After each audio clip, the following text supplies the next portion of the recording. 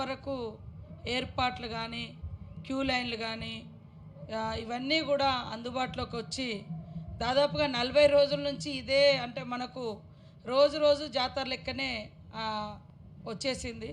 వాస్తవానికి ముఖ్యమంత్రి గారు మాస్టర్ ప్లాన్ ప్రారంభించాడు. నెక్స్ట్ డే నుంచి మాకు పబ్లిక్ అనేది భక్తులు అనేది రావడం మొదలైంది.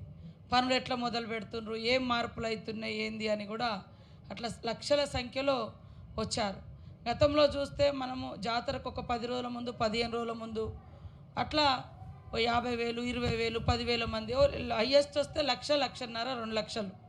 కానీ ఇప్పుడు ప్రతి సండే కానీ బుధవారం కానీ బేస్తవారం కానీ శుక్రవారం కానీ 2 లక్షలు 3 లక్షలు 8 లక్షలు అట్లా మొన్నటి లాస్ట్.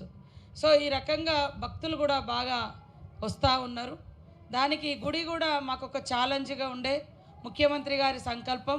మరి సీనన్న గారు వారికి బాధ్యత ఒప్పజెప్పి ఇది మరి ముఖ్యమంత్రి గారు రేవంత్ రెడ్డి గారు సీనన్నకు బాధ్యత ఒప్పజెప్పి మరి మొదలుపెట్టిన నాటి నుంచి మాకు కూడా ఖచ్చితంగా కంప్లీట్ చేస్తామన్నటువంటి ధైర్యం, వారి అనుభవము, వారి మాకు ఇచ్చిన సపోర్ట్ తోటి సీనన్న గారితో ఈరోజు ఇంత అద్భుతంగా మనము తీర్చిదిద్దుకోవడానికి వారి శ్రమను మరి ఆ తల్లులు సంపూర్ణంగా గుర్తించి వాళ్ళకు జరిగే పట్టాభిషేకం, వాళ్ళకు జరిగే వైభవానికి మరి ఒక సైనికుడిలా ఇక్కడ పనిచేసినందుకు మరి సీనన్న గారికి ఎంటైర్ మా ఆదివాసీ కమ్యూనిటీ కానీ సమ్మక్క సారలమ్మ భక్తులు అందరూ కూడా మరి కృతజ్ఞతలు తెలుపుతూ ఉన్నాం.